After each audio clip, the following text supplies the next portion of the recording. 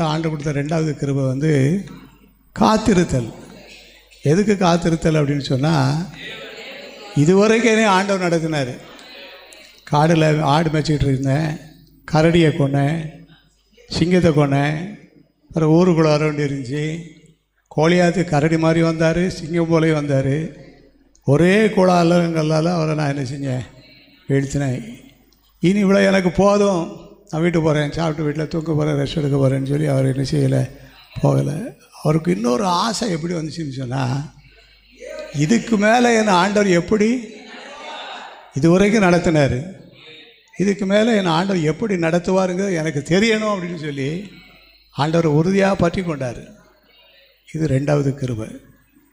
அப்படி செய்யும்போது கொஞ்சம் போராட்டம் இருந்துச்சு.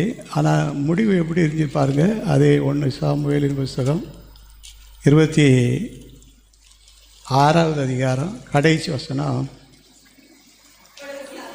அப்பொழுது சவுல் தாவீதை நோக்கி,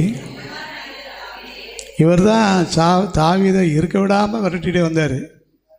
இப்போ இவர் காத்திருந்து ஜெபம் பண்ண ஆரம்பிச்சிட்டார். பார்த்தீங்களா என்ன செஞ்சிட்டாரு? யார்? எதுக்காக? யாரை ஜெயிக்கிறதுக்காக? சவுலை ஜெயிக்கிறதுக்காக. நான் இப்படி ஜெபம் பண்ண பிறகு தாவீதுக்கு பயங்கர நெருக்கடி. ஆனால் அது நெருக்கடி கொடுத்தவரே சொல்கிறாரு, நீ ஆசீர்வதிக்கப்பட்டவன், பெரிய காரியங்களை செய்வாய். இது ஆண்டவர் தாவீதுக்கு அருளின ரெண்டாவது விசேஷித்த கிருபை. காத்திருக்கும்போது முழு ஜெயத்தையும் நமக்கு ஆண்டவர் தருகிறார். அல்லேலூயா. ஆண்டவர் எங்களை தாங்க கேட்போமா? எல்லாரும் ஜெபனிங்க, உடனே ஜெபனிடுவேன். கிருபை எங்களுக்கு தாங்க. கேளுங்க, நல்லா கேளுங்க.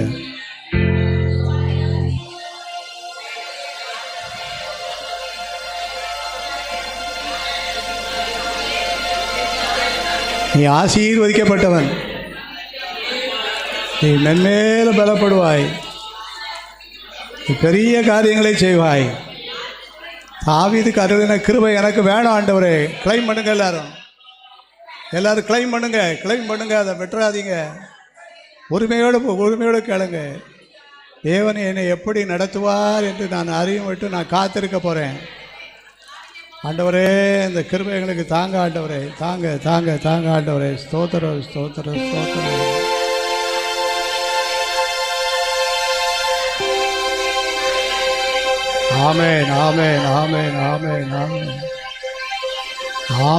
ஆமென்.